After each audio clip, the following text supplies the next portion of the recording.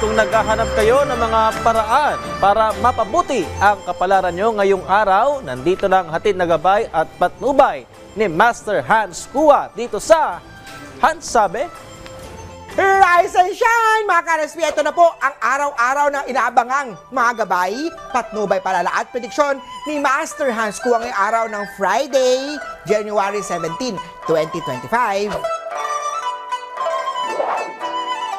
Para sa mga pinanganak ng Year of the Rat, simulan natin sa mga contest o mga competition at ituloy ang plano sa pag-aaral muli ng mga bagong mga skills. Silver at Triang Swerte kay Year of the Rat.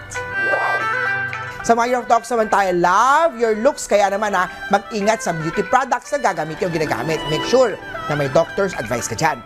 Gold at 8 ang swerte kay Year of the Ox. Kay Tiger naman tayo, magpakatotoo para walang kaba sa pag-meet up in person. Huwag kang mag-catfish sa profile photo mo sa mga dating sites at mga social media. Brown at 4 ang swerte kay Year of the Tiger.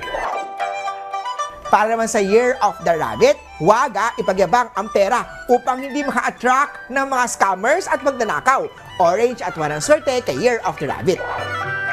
Punta naman tayo kay Year of the Dragon, mag-ingat sa sakit na dulot ng infection tulad ng sugat o mga sakit sa ipin. Mag-ingat din sa food poisoning. White at 7 ang swerte kay Year of the Dragon. Sa mga pinanganak ng Year of the Horsey, makakahinga ng maluwag ang mga nagigipit. Kung pamilyado naman maaaring magastos ang pera dahil sa anak po ang purple at 9 ng swerte kay Year of the Horsey. Kay Goat naman tayo, kung nakakita ka ng red flags sa mga committed na partner na sa Year of the Goat, put on hold muna ang mga wedding plans. Pag-aralan muna ang iyong pinapasok at baka magkaroon ng lifetime na pagsisi. Gold at 8 ang swerte kay Year of the Goat. Kay Monkey naman tayo, ilaan ang sobrang pera para sa pinapangarap na negosyo o mga bibilhin sa sakyan. Green at 6 ang swerte kay Year of the Monkey. Sa mga Year of the Rooster naman tayo, magandang opportunity na pag-initin muli ang existing relationship. Kung lalamig na kayo, mag-travel together. Go out sa date o just relax with each other. Maging stable at maging grounded ang love life sa panahon na ito. Blue at 3 ang swerte kay Year of the Rooster. Ito naman, kay of the Doggy, mahalaga. Ngayon, araw na to ang moral support ng friends at family. Dapat i-cultivate ang old friendship. Red at 8 ang swerte kay Year of the Doggy.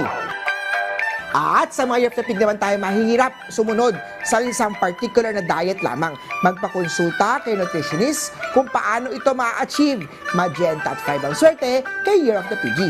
Huli po ito po yung mga gabay, patnubay, palala at prediksyon lamang ni Master Hans Kua. Nasa inyong mga kamay, nasa lalay ang inyong tagumpay.